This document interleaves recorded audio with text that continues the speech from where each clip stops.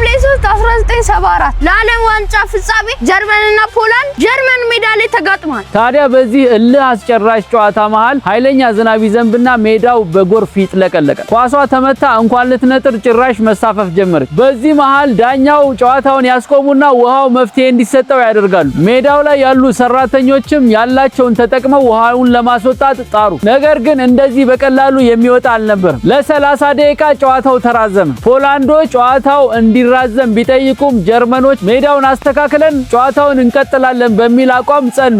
በኋላም ከተማ ውስጥ የሚገኙ ከባባድ ማሽነሪዎች ሜዳ ውስጥ ገብተው መፍትሄ ለመስጠት ሞከሩ። ከዛም ጨዋታው ቀጠለ። ጭቃው ግን በይበልጥ ፈታኝ ሆነ። በዚህ መሃል ጀርመን አንድ ጎል አስቆጠረች። በቃ በዚች ጎል ጨዋታው አለቀ። ፖላንዶች በአንድ ወገን ብቻ ነው ሜዳው የደረቀው ብለው ከሰሱ። ይህም በታሪክ ዘ ዋተር ባትል ኦፍ ፍራንክፈርት ተብሎ ይታወሳል። ማሽነሪዎችን በእግር ኳስ ዓለም እንደዚህ አይነት ተጽዕኖ ፈጥረው ነበር። ለማንኛውም እናንተ ማሽነሪዎችን ለሽያጭ ወይም ለኪራይ ስትፈልጉ በዩዝድም ሆነ በአዲስ በባንክና በካሽ አማራጭ ይዘን ቀርበናል። አድራሻችን ቃሊቲ ውሃ ልማት ወደ ካዲስኮ በሚወስደው መንገድ ጋዳል ማርኬት ሾሩም ውስጥ እንገኛለን። መልካም ቀን። Gadal Technologies, connecting minds.